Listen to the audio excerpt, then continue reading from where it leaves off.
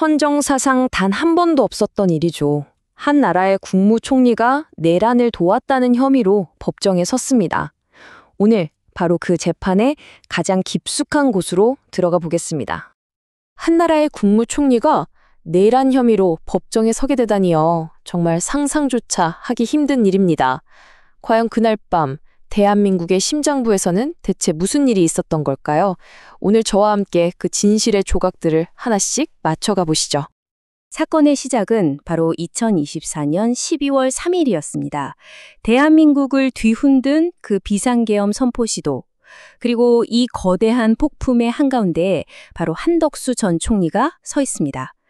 그리고 그의 재판은요, 단순히 한 사람의 유모죄를 가리는 걸 넘어서요, 이 내란 사태 전체의 법적 책임을 묻는, 말하자면 첫 번째 관문이 되는 셈입니다. 자, 그런데 말입니다. 이렇게 복잡하게 얽힌 사건의 첫 번째 실마리가 어디서 나왔는지 아십니까? 정말 아이러니하게도 피고인, 바로 한덕수 전 총리 자신의 입에서부터였습니다. 그의 말 한마디가 이 모든 판을 흔들어 버렸죠. 바로 이 말이었습니다. 제가 헌재에서 위증을 했습니다. 특검 신문 과정에서 나온 이 한마디, 대통령 탄핵 심판정에서 했던 자신의 모든 말이 거짓이었다고 스스로 인정한 겁니다. 이건 그야말로 충격적인 자백이었죠. 그럼 대체 뭘 속였다는 걸까요? 그는 헌법재판소에서 이렇게 말했습니다. 계엄 문건 받은 적 없습니다. 인지하지도 못했습니다. 아주 단호했죠. 하지만 CCTV에 찍힌 진실은 전혀 달랐습니다.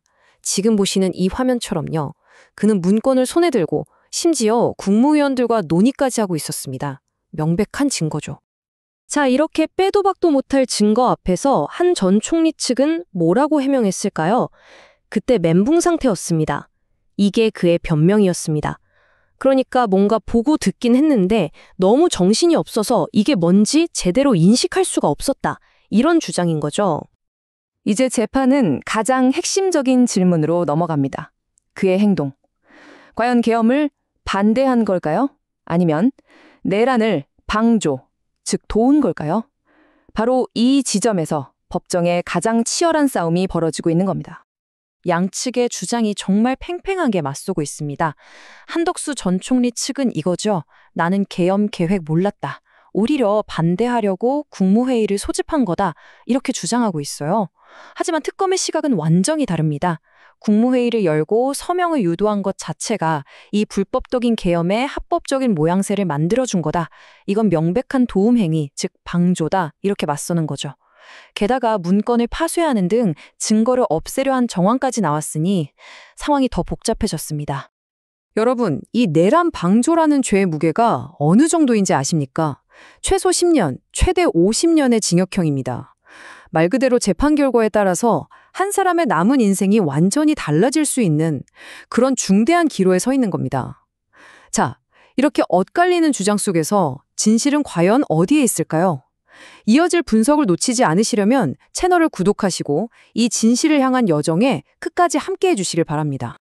사실 한덕수 전 총리의 재판은요, 거대한 퍼즐의 한 조각에 불과합니다. 이 재판은 윤석열 전 대통령의 내란 혐의 재판과 아주 긴밀하게 직접적으로 연결되어 있거든요.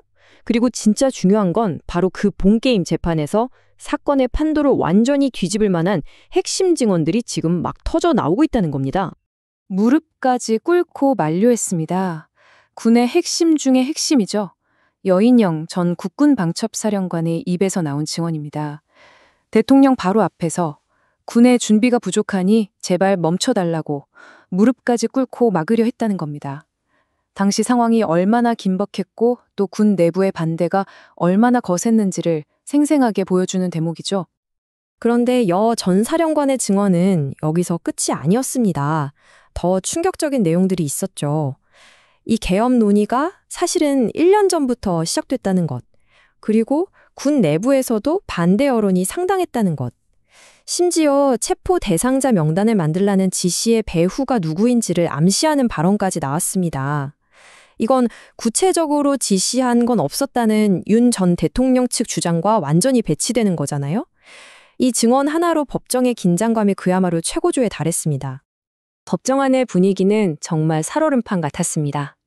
심지어 한 전 총리 재판에 증인으로 나온 김용현 전 국방장관의 변호인단이 재판부와 아주 격렬하게 부딪히다가 감치까지 당하는 정말 전례 없는 일까지 벌어졌습니다. 법조계에서는 이걸 그냥 단순한 감정 싸움으로 보지 않습니다. 재판의 흐름을 자기들한테 유리하게 가져오려는 아주 치밀하게 계산된 행동 아니냐는 분석이 나오고 있죠. 자, 이제 모든 공은 사법부에게로 넘어갔습니다. 이렇게나 많은 증거와 엇갈리는 주장들 속에서 과연 재판부가 어떤 판단을 내릴지 지금 대한민국 전체가 숨죽여 지켜보고 있습니다. 앞으로의 일정을 좀 짚어드릴게요. 곧 특검이 어느 정도의 형량을 요구할지 밝히는 결심 공판이 열릴 거고요. 그리고 운명의 1심 선고는 내년 2026년 1월로 예정되어 있습니다. 역사에 기록될 바로 그 판결의 순간까지 이제 정말 시간이 얼마 남지 않았네요. 이 판결이 왜 그렇게 중요하냐면요. 이게 마치 첫 번째 도미노 블록과 같기 때문입니다.